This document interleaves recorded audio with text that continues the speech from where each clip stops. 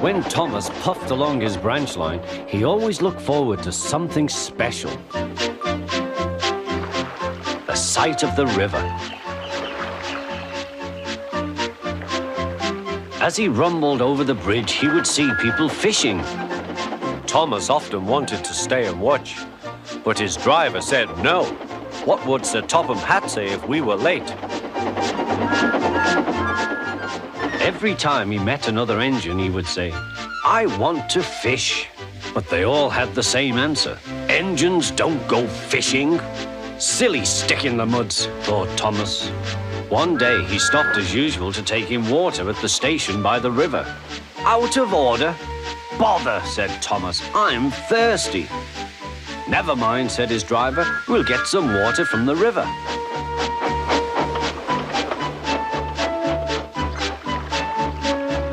They found a bucket and some rope and went to the bridge.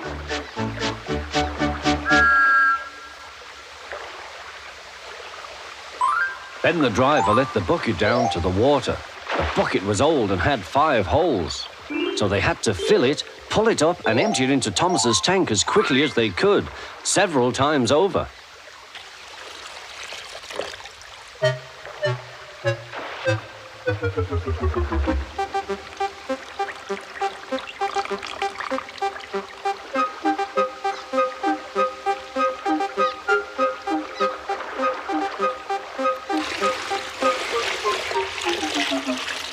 They finished at last. That's good, puffed Thomas, and Annie and Clarabel ran happily behind.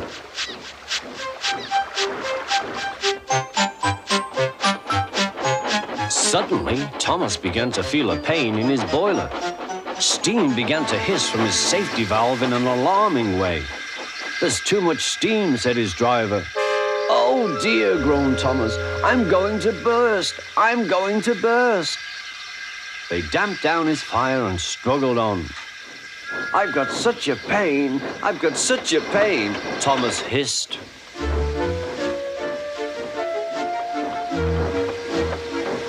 They stopped just outside the last station, uncoupled Annie and Clarabel, and ran Thomas, who was still hissing fit to burst, on a siding right out of the way.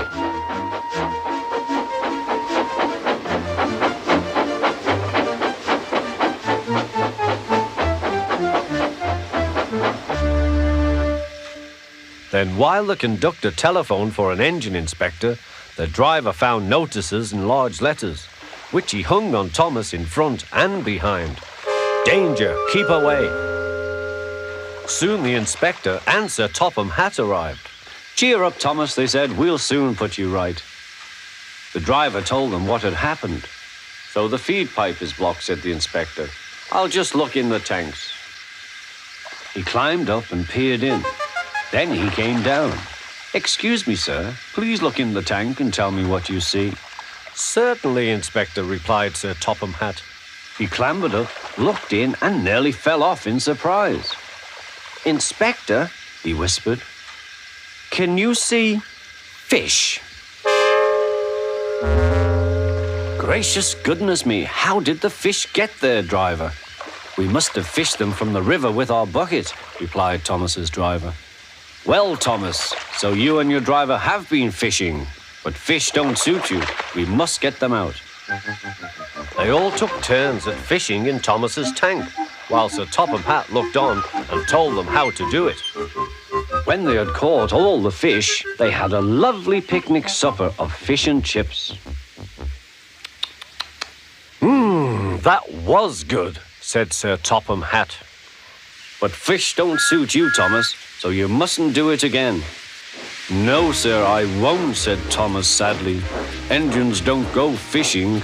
It's too uncomfortable."